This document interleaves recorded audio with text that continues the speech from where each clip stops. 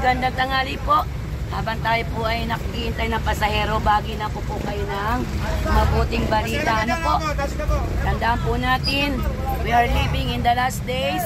Napakalaga po na mga tao ay makarinig ng mabuting balita. Sino pa po dyan ang mga wala pang relationship with the Lord? Sino na po ang born again na hindi mahiya? Tandaan niyo po, sabi sa Biblia, malalapit na ang pagbabalik ng Diyos. Tingnan niyo po ang nangyayari sa paligid. Tingnan niyo po ang nangyayari sa balita. Puro masama. Tama? So, sino nanonood ng balita? Nagkakagulo ang mundo natin.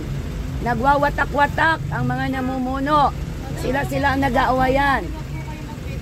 Kaya tandaan po natin. Tandaan po natin, we are living in the last days. At ang aking sinasabi sa inyo ay tungkol kay Jesus Christ. Sino ang mga tao? Hallelujah. Rababa shikarabababande. Robo shikaraba. Lord, sa pangalan ni Jesus, let the name of Jesus be glorified. Ang sabi ng Diyos, ibahagi ang kaligtasan upang ang mga tao ay makarinig at maligtas. Wala pong Satan na maghahadlang para ang salita ng Diyos ay makarating sa bawat sulok ng mundo para ang mga tao ay makarinig ng kaligtasan. It's up to you kung maniniwala kay Jesus Christ para maligtas ka. Jesus Christ is the only way, the truth, in the life. No one comes to the Father except Jesus Christ. Hindi religion, ha?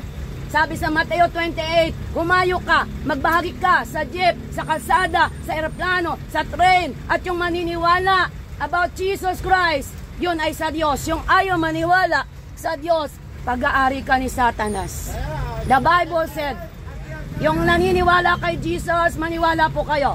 Yung ayaw, hindi ko po pinipilit kayo. Ang sa akin, sabi ng Panginoon sa Mateo 24:14, ibahagi ang mabuting balita para makabalik si Jesus Christ sa rapture. Kung hindi kayo maniniwala sa rapture, it's up to you. We have the freedom na magbahagi ng kaligtasan.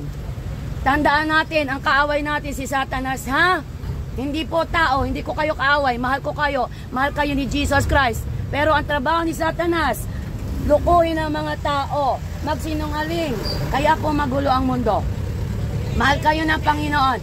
Tandaan nyo, basahin nyo ang Bible, ha? Sa John 14:6, Jesus is the only way, the truth, in the life. No one comes to the Father except Jesus Christ. Ilalakasan ko ang boses ko, hindi ko po dala ang speaker ko. Ito po ang trabaho ko. Sundin ang kalooban ng Diyos. Magbahagi ng kaligtasan. Magbahagi na may langit at impyerno. Hindi po religion. Wala pong makakaligtas sa religion. Ano po? Kaya tandaan po natin. Mahal na mahal po kayo ng Panginoon. Ano po? Mahal kayo ng Panginoon. Pero kayo po ang magdidesisyon. John 3:16, gayon na lamang ang pag-ibig ng Diyos sa sanlibutan. Kaya isinugo niya si Jesus. Sino ang hindi naniniwala kay Jesus? Kawawa po siya. Jesus Christ died on the cross for you and for me. Namatay po si Jesus para sa atin.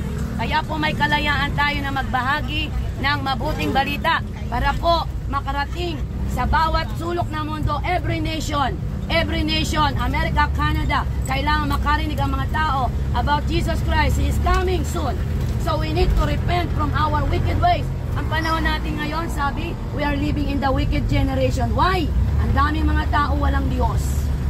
Kaya kayo po, i-search natin ang mga puso natin. Kung ikaw at ako, hindi ka naniniwala kay Jesus Christ na nagbigay ng hininga sa iyo at sa akin, kawawa ka. Jesus Christ is the only hope.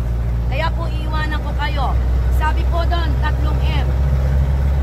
Sabi doon, kung gusto nating maranasan ang buhay sa langit, yung regalo ng Diyos na eternal life, may gagawin tayo. Magsisi po tayo sa ating kasalanan. San Francisco lang po. Hindi lang magsisi, manampalataya tayo kay Kristo. Si Kristo po. Si Kristo po.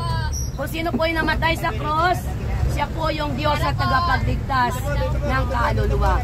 Ipaparada lang po, madam, sa kaayusan. God is a God of peace and order. Ang Diyos natin ay gustong iligtas sa mga tao.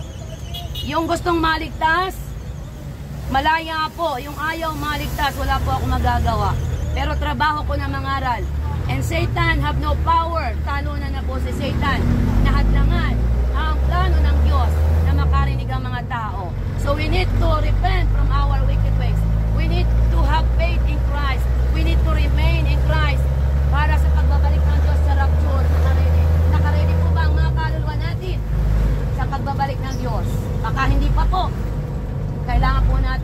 magsundo kay Jesus Christ. Napakahalaga po nun. Ama, maraming salamat po. Not my will, but your will be done. Na ibahagi ang gospel of Christ, ang kaligtasan, para po maligtas ang mga tao. At yung ang gustong maligtas, salamat po. Yung ayaw naman, wala po kaming magagawa. Pero salamat po, Panginoon. Kung hindi mo kami binigyan ng buhay o hininga, wala po kami dito sa mundo. We cannot boastful in your eyes. Hindi po kami makakapagyabang dahil kung anong mayroon kami, yung hininga, bigay mo po yon, Panginoon sa Kristo. Pagpalain mo po ang driver at ang bawat isa. Nawa po isang araw ang mga taong ayaw sa iyo, mga ngaral na rin po sila sa DF para po ibahagi na may Jesus Christ na matay sa cross para iligtas ang aming kaluluwa. Pagpalain mo po ang mga tao habang hindi ka pa bumabalik sa rapture. Kasama ng kasama ang mundo. We need to come back to Jesus Christ. We need to repent. Salamat po. Jesus name I pray. Amen. Salamat po sa inyong pakikinig. Napakahalaga niyo po. Ano? Yung mga nakinig, salamat po.